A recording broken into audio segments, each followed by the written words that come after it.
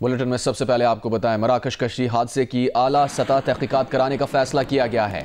वजीर आजम ने मराकश कश्ती हादसे की तहकीकात के लिए कमेटी बना दी। FIA जराये का कहना है कि 4 रुकनी तहकीकाती टीम आज रात ही मराकश रवाना होगी। एडिशनल सेक्रेटरी दाखिला सलमान चौधरी तहकीकाती टीम के सरबराह हैं। FIA पंजाब के additional director north Munir Masood मार्क भी टीम में शामिल हैं। दफ्तर खारजा और IB का एक अफसर भी तहकीकाती टीम के साथ मराकश जाएगा।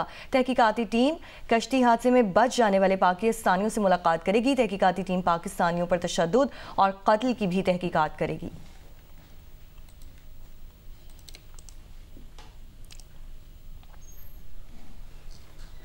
मराकश कश्ती हादसे पर FIA से की इब्तदाई रिपोर्ट सामने आ गई है। FIA की रिपोर्ट के मुताबिक 20 अफराद फैसलाबाद, लाहौर, कराची एयरपोर्ट से सेनेगाल गए। 7 अफराद और एक आर्जी रिहायशी वीज़े पर फैसलाबाद से सेनेगाल गए। 6 अफराद विजिट और टूरिस्ट वीज़े पर एथोपियन एयरपोर्ट से कराची से सेनेगाल गए। 2 अफराद ने 18 सितंबर को लाहौर से उम्र वीज़े पर सऊदी अरब का सफ़र किया। 9 अफराद का ताल्लुक गुजरात से है। 5 को बचा लिया गया। 4 मौत का शिकार हुए। बंडी बहाउद्दीन के 3 अफराद को बचा लिया गया।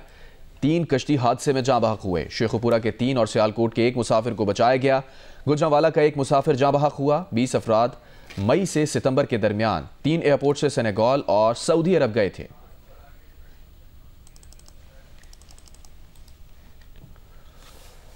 मौसम के हवाले से आपको अपडेट करें। मुल्क के बालाई इलाकों और शुमाल मगरबी बलूचिस्तान में बारिश और बर्फबारी की पेशगोई की गई है। महकमा मौसमियात के मुताबिक मगरबी हवाओं का सिलसिला आज मुल्क के मगरबी इलाकों में दाखिल होगा। आज और 19 जनवरी को रावलपिंडी, इस्लामाबाद, अटक, जहलम और चकवाल में हल्की बारिश का इम्कान है। महकमा मौसमियात का कहना है कि 20 जनवरी तक कोयटा, ज़ियारत, चमन, बारखान, कल्लात और खुजार में बारिश का इम्कान है। 18 और 19 जनवरी को रावलपिंडी, इस्लामाबाद, अटक, जहलम और चकवाल में हल्की बारिश की तवक्को है। 18 से 21 जनवरी के दौरान मरी, गलियात, गिलगित बल्तिस्तान और कश्मीर में शदीद बर्फबारी की तवक्को है। 18 से 21 जनवरी के दौरान खैबर पख्तूनख्वा और गिलगित बल्तिस्तान में भी हल्की बारिश, पहाड़ों पर बर्फबारी का इम्कान। बलूचिस्तान के बाज़ इलाकों में फ्लडिंग का भी इम्कान है। महकमा मौसमियात के मुताबिक खैबर पख्तूनख्वा, गिलगित बल्तिस्तान और कश्मीर के पहाड़ी इलाकों में लैंडस्लाइडिंग और शदीद बर्फबारी के बायस सड़कों की बंदिश और फिसलन का खदशा है।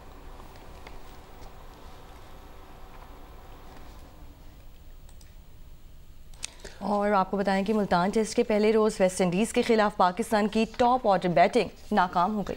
इस हवाले से भी अपने नाजरीन को अपडेट करेंगे। फिल वक्त आपको बताएं कि लोअर कुरम का इलाका है बग्गन, ओचत और मंदूरी। दहशतगर्दी के पै दर पै वाक़यात हुए हैं। ऑपरेशन का फैसला किया गया है और ऑपरेशन मुतासरीन के टल और हंगू में कैंप कायम करने के इंतजामात किए गए हैं।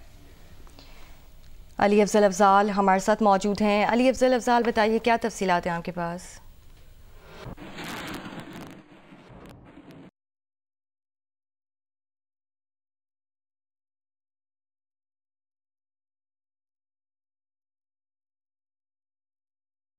ज़िला कुरम में अमदरफ्त के रास्ते मैन शहरा और पाक अफगान सरहद गुज़श्ता 3.5 माह से ज़ायद अरसे से बंद है, जिसके बायस परशनार शहर, बुशहरा और मुल्हिका 100 से ज़ायद देहात में शय खुरनोश, तेल, गैस और अद्वियात की किल्लत पैदा हो गई है, जिससे जहाँ शहरियों को दूसरे मसाइल दरपेश है, वहाँ इलाज न मिलने के बायस बच्चों समेत मरीजों की अमात के वाक़यात पेश आ रहे हैं। शहरी मुतालबा कर रहे हैं कि मैन शहरा जल्द हमदर्द के लिए खोल कर महफूज बनाया जाए। दूसरी जानिब ज़िली इंतज़ामिया ने बगन में बार बार कन्वाइयों और मुसाफिर गाड़ियों पर हमलों के बाद लोअर कुरम के इलाके बगन, चरखेल, ओचत और मंदूरी में दहशतगर्दों के खिलाफ कार्रवाई का फैसला किया है और सूबाई हुकूमत को ऑपरेशन मुतासरीन के लिए कैंप कायम करने के लिए लेटर जारी किया है, जिस पर डिप्टी कमिश्नर ज़िला हंगू ने टल और हंगू में उन सरकारी बिल्डिंग्स का दौरा किया है जहां पर लोअर कुरम के ऑपरेशन मुतासरीन के लिए कैंप कायम किया जा रहा है।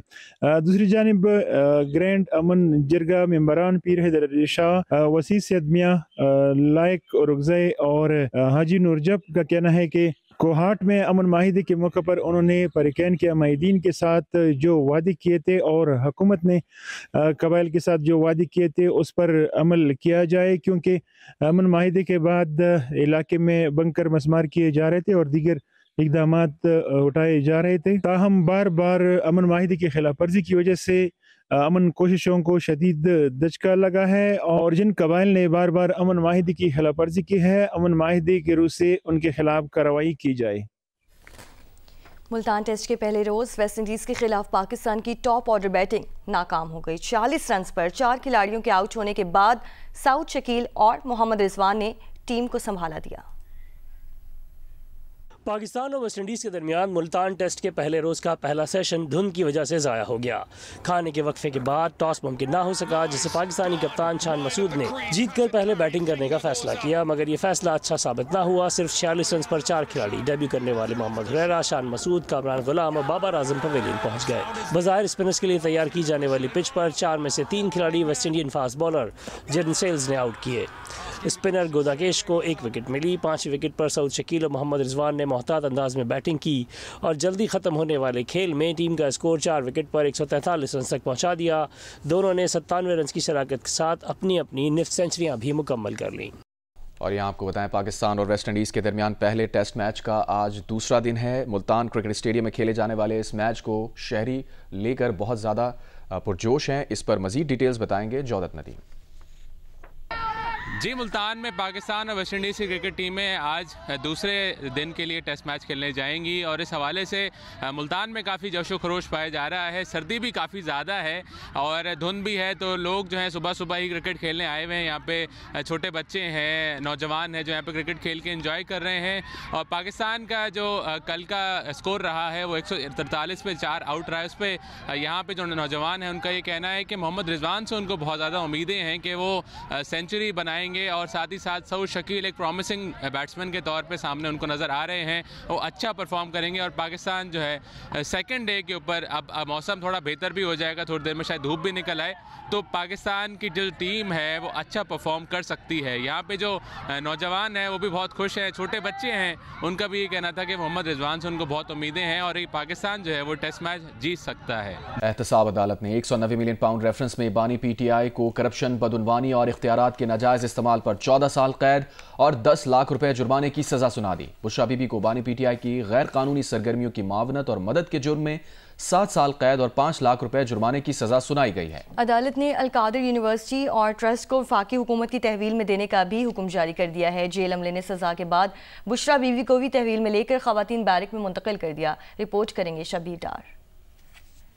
एहतसाब अदालत के जज नासिर जावेद राना ने अडियाला जेल में बानी PTI बुशरा बीबी, इनके वकला, फैमिली, प्रोसिक्यूशन टीम और सहाफियों की मौजूदगी में 190 मिलियन पाउंड रेफरेंस का फैसला सुनाया। अदालत ने करार दिया बानी PTI बदउनवानी और करप्ट प्रैक्टिसेस के मुर्तकिब पाए गए हैं। इन्हें 14 साल कैद बामुशक्कत और 10 लाख रुपए जुर्माने की सजा सुनाई जाती है। अदालत ने बुशरा बीबी को बानी PTI की करप्शन और गैर कानूनी सरगर्मियों में मदद व मावनत पर 7 साल कैद बामुशक्कत की सजा सुनाई। जुर्माने की रकम अदा न करने पर बानी PTI को मजीद 6 माह जबकि बुशरा बीबी को 3 माह कैद में रहना होगा। अदालत ने अलकादर यूनिवर्सिटी और ट्रस्ट को वफाकी हुकूमत की तहवील में देने का हुक्म सुनाया। सजा सुनाए जाने के बाद बुशरा बीबी को जेल अमले ने तहवील में लेकर खवातीन बैरक में मुंतकिल कर दिया। अदालत ने तहरीरी फैसले में कहा है बानी PTI ने बतौर वजीर आजम इख्तियारात का नाजायज इस्तेमाल करते हुए वफाकी काबीना से ऐसी रकम को प्रॉपर्टी टाइकून के जुर्माने की मद में एडजस्ट करने की मंजूरी दी जो रियासत पाकिस्तान का पैसा था। शरीक मुल्जिम प्रॉपर्टी टाइकून से बानी PTI ने अलकादर यूनिवर्सिटी और ट्रस्ट के लिए जुल्फी बुखारी के जरिए 458 कनाल से जायद अराजी हासिल की। इसके बाद शरीक मुल्जिमा फरहत शहजादी के जरिए इस्लामाबाद मॉडर्न नूर में 240 कनाल अराजी भी हासिल की। शबीर डार, जियो न्यूज, रावलपिंडी। नैब के साबिक स्पेशल प्रोसिक्यूटर इमरान शफीक ने कहा है कि 190 मिलियन पाउंड्स केस का फैसला बहुत जानदार है। बानी PTI की हद तक ये केस इंतहाई मजबूत है, लेकिन बुशरा बीबी की हद तक ये सजा का केस नहीं बनता था और शायद ये फैसला बरकरार ना रह सके। उन्होंने ये बात जियो न्यूज़ के प्रोग्राम आज शाहसिफ खानज़ादा के साथ में गुफ्तगू करते हुए कही। ये फैसला बहुत जानदार है। प्रोसिक्यूशन भी इसमें बेहतर थी। जज साहब ने जितने भी डिफेंस के अहम नुकात थे उन नुकात का जवाब दिया है। ऐसा नहीं हुआ कि उन्होंने अहम नुकात को जो है स्किप कर दिया हो, अपने फैसले में उनको एड्रेस ना किया, उनसे जान छुड़ाने की कोशिश की हो। मेरी नजर में खान साहब की हद तक तो ये केस इंतहाई मजबूत है, लेकिन बुशरा बीबी की हद तक जो एविडेंस थी, जो जज साहब के फैसले से भी नजर आया, मुझे लगता है कि ये बुशरा बीबी की हद तक सजा का केस नहीं बनता था। बुशरा बीबी को जिस बुनियादी चीज पर सजा दी गई है वो दो बातें हैं। एक है डीड ऑफ एक्नॉलेजमेंट पर जो उन्होंने दस्तखत किए हैं, वो तो जुर्म हो जाने के बहुत बाद की बात है, 2022 और 21 की बात है। मैस ट्रस्टी होना किसी की बीवी होने की हैसियत से मेरा ख्याल है ये उनकी हद तक ये फैसला शायद सस्टेन ना कर पाए। अदालत ने ये लिखा है अपने फैसले में और एविडेंस की बुनियाद पर लिखा है कि सबसे पहले तो एसेट रिकवरी यूनिट है वो जो बनाया गया था वो बुनियादी तौर पर कि पैसा लेकर आना है, मुल्जिमान से रिकवरी करनी है, लेकिन उल्टा ये इसको इस्तेमाल इस काम के लिए किया गया कि जो स्टेट का पैसा था उसका फायदा जो है वो प्रॉपर्टी टाइकून को देना शुरू कर दिया गया, जो कि उसके मकासद के बिल्कुल बरअक्स काम किया गया। मेरा नहीं ख्याल, क्योंकि ये फैसले में इसको जस्टिफाई किया गया। इन चीजों की जरूरत तब पेश आती जब आप ये कहते कि पाकिस्तान में तो कभी कोई पैसा आया ही नहीं है, बरतानिया ने तो कभी कोई पैसा रिकवर ही नहीं किया, और अब बरतानिया के साथ म्यूचुअल लीगल असिस्टेंस का कोई मुआहदा तो है नहीं है। अगर उन्होंने नहीं भी भेजे तब भी अगर बाकी रिकॉर्ड मुकम्मल है और उससे किसी शक व शुबे की गुंजाइश नहीं रहती, जो कि मुझे बादियों नजर में नजर नहीं आता, ऐसी कोई पूरे एविडेंस को पढ़ने के बाद, देखने के बाद, तो मेरी नजर में ये एक एस्टैब्लिश चीज है। ये इजाफी शहादत जरूर होती लेकिन ये बेनिफिट ऑफ डाउट नहीं देगी। तहरीक इंसाफ के चेयरमैन बैरिस्टर गौहर ने 190 मिलियन पाउंड केस का फैसला मुतनाज़ करार दे दिया। मीडिया से गुफ्तगू में कहा, बानी पीटीआई फैसला सुनकर हंस पड़े, उनका हौसला बुलंद है। बानी ने हिदायत की है कि मुज़ाकरात का अमल जारी रहेगा। आज पाकिस्तान की तारीख की मुतनाज़ा फैसलों में एक नए बाब का इजाफा हुआ है। जज साहब के फैसले से हमें कोई हैरानगी नहीं हुई। जब खान साहब को फैसला सुनाया गया तो खान साहब हंस पड़े जज के फैसले पे। बीबी भी मुस्कुराई फैसला सुन के। गवाहों ने एडमिट किया कि ये पैसा इल्लीगल प्रोसीड्स नहीं है, यहाँ से खान साहब को बेनिफिट नहीं हुआ। मायूस न होना, इंशाअल्लाह ताला with in few days high court में अपील फाइल करेंगे। वफाकी वज़ीर कानून आसिफ नज़ीर तारिर ने कहा कि अदालत में बानी पीटीआई को बहुत मौके फराहम किए गए, अब भी उनके पास सज़ा के खिलाफ अपील का हक मौजूद है, लेकिन इनकी ख्वाहिश है कि बानी पीटीआई की अपील अपने नंबर पर समात लगे। वज़ीर इत्तलात अताउल्लाह तारिर ने कहा कि जिससे रकम जब्त की गई उसको वापस कर दी और उसके बदले फ़वाइद लिए गए। जो फैसला सुनाया गया है 14 साल की सज़ा का और 7 साल की सज़ा का, वो बुनियादी फैसला है। ट्रायल कोर्ट ने ज़ाहिर इस केस को कंक्लूड किया, बड़ा तहम्मुल का मुजाहरा किया, कई पेशियाँ दी, एक तफ्तीशी ऑफिसर के जहाँ तक मुझे याद पड़ता है कोई 30 या 31 दफ़ा मौके दिए गए कि उस पर जुर्म मुकम्मल नहीं थी की जा रही। अब उनके पास ये राइट है कि वो अपील फाइल करें। आप रियासत मदीना का नाम लेते थे, ये कहाँ का इंसाफ है कि आपने एक जब्त शुदा रकम जो बरतानिया की क्राइम एजेंसी ने आपको दी, जिससे जब्त किया आपने उसी को वापस कर दी और उसके बस 25 करोड़ का जमान पार्क का घर लिया, 5-5 कैरेट की अंगूठियां ली, 200 कनाल जमीन ली। बानी पीटीआई की बहन अलीमा खान ने कहा है कि उन्हें तो 1 माह पहले से पता था इस केस का क्या फैसला आ रहा है। अलीमा खान का कहना था कि आज का फैसला सुनकर उन्हें बहुत तकलीफ हुई, मगर उनके भाई ने फैसला हौसले से सुना। हमें महीने से पता था इन्होंने सजा देनी है, आज यकीन से बहुत दुख हुआ, इस निज़ाम पे बहुत दुख हुआ।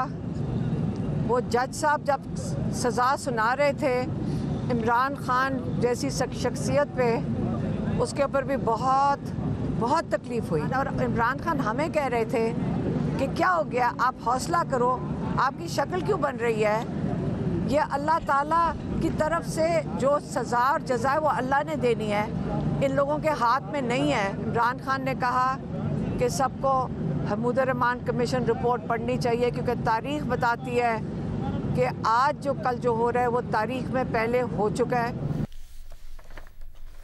अलकादिर ट्रस्ट पर बात करते हुए वज़ीर आला पंजाब मरियम नवाज़ ने कहा है कि बानी पीटीआई पहले वज़ीर आज़म हैं जिन पर चोरी साबित हुई और जो चोरी करते हुए रंगे हाथों पकड़ा गया।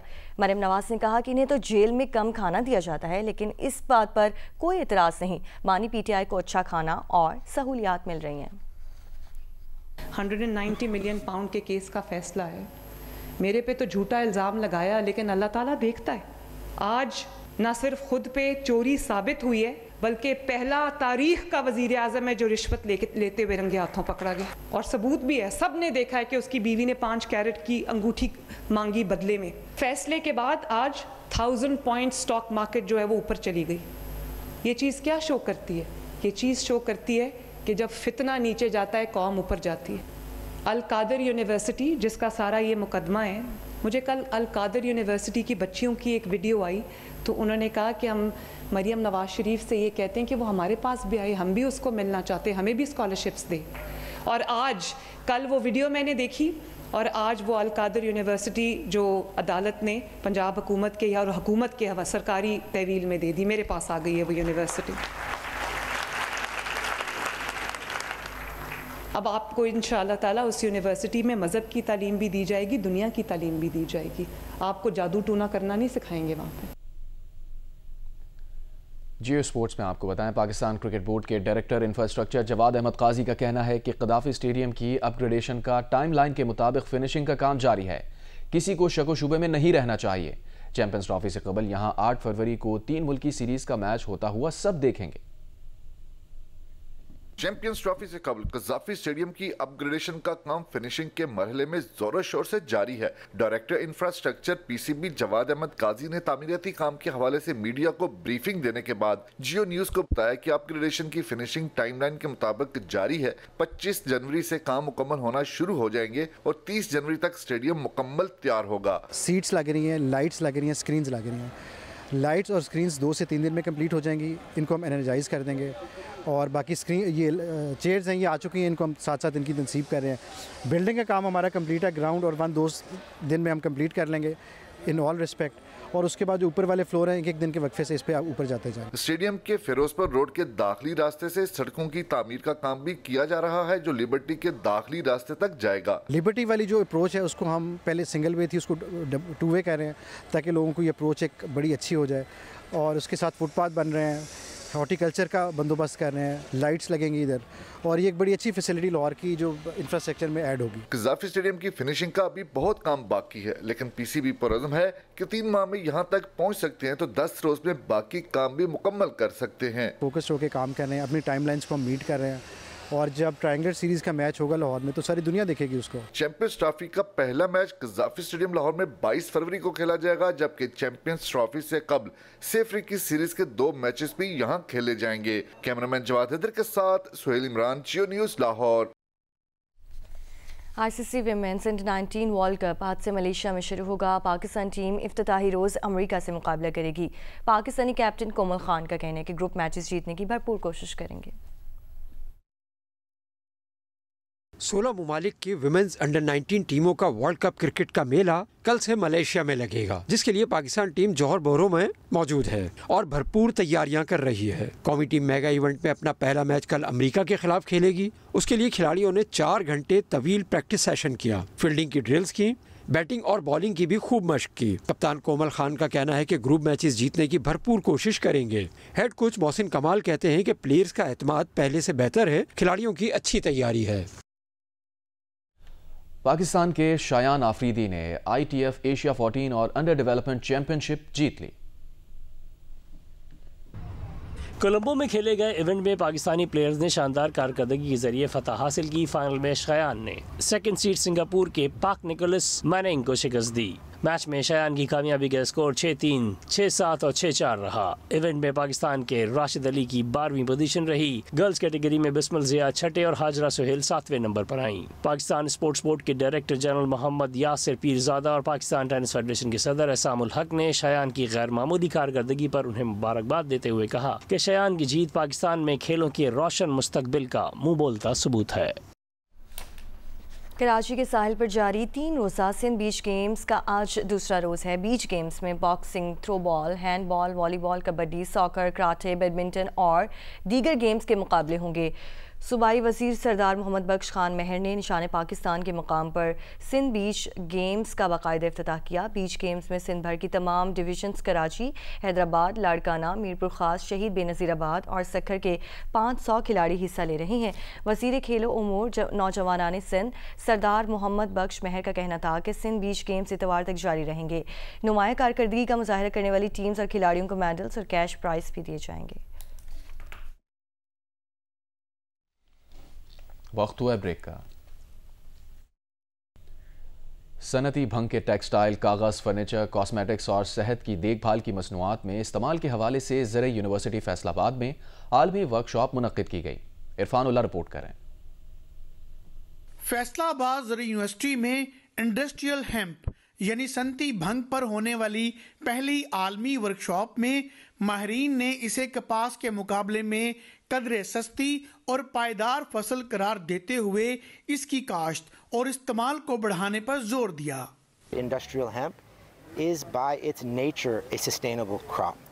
When we grow and cultivate industrial hemp, its water usage compared to cotton is cut by 2/3. When we grow industrial hemp compared to cotton, it has no pesticide use, it has no herbicide use, no fungicide use. So it is considered a clean, sustainable crop, and it provides lovely, beautiful, long fibers for use in the textile industry. आलमी workshop के मौका पर सनती भंग के धागे से तैयार मलबूसात की नुमाइश भी की गई। तकरीब के मुंतज़मीन का कहना था कि ये वर्कशॉप इंडस्ट्रियल भंग की तरवीज के लिए संगे मील है। इस वर्कशॉप का मकसद कि इंडस्ट्री को, पॉलिसी मेकर्स को, एकेडेमिया को और रिसर्चर्स को एक प्लेटफॉर्म पे इकट्ठा किया जाए, ताकि मकसद एक ही है कि इंडस्ट्रियल हेम्प का जो पोटेंशियल है उसको एक्सप्लोर किया जा सके। माहिरीन का कहना है कि पाकिस्तान में कपास की गिरती हुई पैदावार और इसकी लागत में इजाफे जैसे मसाइल से निपटने का वाहिद हल सनती भंग की पैदावार और इस्तेमाल को टेक्सटाइल समेत दीगर सनतों में बढ़ाना है। कैमरामैन अली असलान के साथ इरफान उल्ला, जियो न्यूज़, फैसलाबाद। हैदराबाद की शहरी 10 से 12 घंटों के अलानिया और गैर अलानिया लोड शेडिंग के बाद शहरी शदीद परेशान दिखाई देते हैं। मज़ीद जानेंगे अली नईम से। जी बिल्कुल, मौसम सरमा में भी हैदराबाद के शहरियों को रिलीफ ना मिल सका। मौसम सरमा में भी हैदराबाद के शहरियों को 10 से 12 घंटे की तवील लोड शेडिंग का सामना करना पड़ रहा है। ये लोड शेडिंग सिर्फ 10 से 12 घंटे की ही नहीं है, बल्कि मुख्तलिफ इलाकों के अंदर तकनीकी ख़राबी के नाम के ऊपर भी मज़ीद इससे ज़्यादा बिजली की बंदिश की जाती है, जिसकी वजह से शहरियों को इंतहाई परेशानी का सामना करना पड़ रहा है। ख़ास तौर पर जो उमूर खानादारी है वो बहुत ज़्यादा मुतासिर है। इसके साथ ही साथ जिन लोगों का काम बिजली पर मुश्तमिल है और उनका काम सारा बिजली पर मुनहसिर है, उन लोगों को भी इंतहाई मुश्किलात का सामना करना पड़ रहा है। सारा दिन बिजली ना होने की वजह से लोगों का काम शदीद मुतासिर है और लोगों का कहना है कि कम से कम मौसम सरमा के अंदर तो बिजली की फराहमी को यकीनी बनाया जाए, इस मौसम के अंदर बिजली की जो कंजप्शन है वो भी कम होती है। और इस सूरत हाल को मौसम सरमा में देखते हुए लोग अभी खौफ में मुब्तला हैं कि अभी मौसम सरमा में ये सूरत हाल है तो मौसम गर्मा में किस कदर लोड शेडिंग का सामना करना पड़ सकता है। इस हवाले से हमने हेस्को तर्जुमान सादिक कुबर से रब्ता करके उनका मौक़िफ़ लेने की मुतादिद बार कोशिश की, लेकिन वो दस्तयाब ना हो सके। जी।